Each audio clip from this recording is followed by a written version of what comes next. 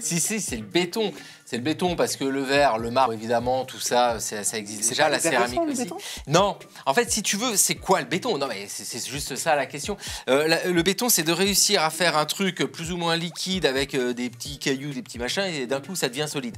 Parce que pour construire un mur, t'as quoi? T'as de la pierre. Tu tailles la pierre, elle est dure. Tu fais un truc avec de l'argile, parfois de la paille, c'est du torchis, c'est pas mal.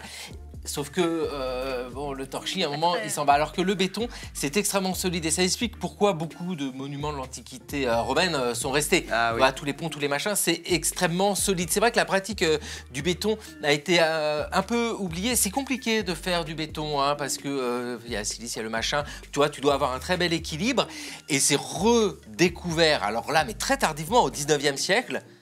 Le béton armé, notamment l'idée de mettre un bout de métal qui va serrer l'ensemble, qui va tenir, ça c'est très fort. Et c'est vraiment au 20e que là on se met à utiliser le béton, tu vois, mais à fond avec un architecte comme Perret qui reconstruit le Havre. Après la Seconde Guerre mondiale, il reconstruit le Havre en béton et c'est sensationnel. Parce que ça reste une ville sublime au patrimoine mondial de l'UNESCO. Donc le béton, c'est quelque chose d'extrêmement noble et c'est vrai que les Romains avaient eu cette intelligence-là. C'était bon, les Romains.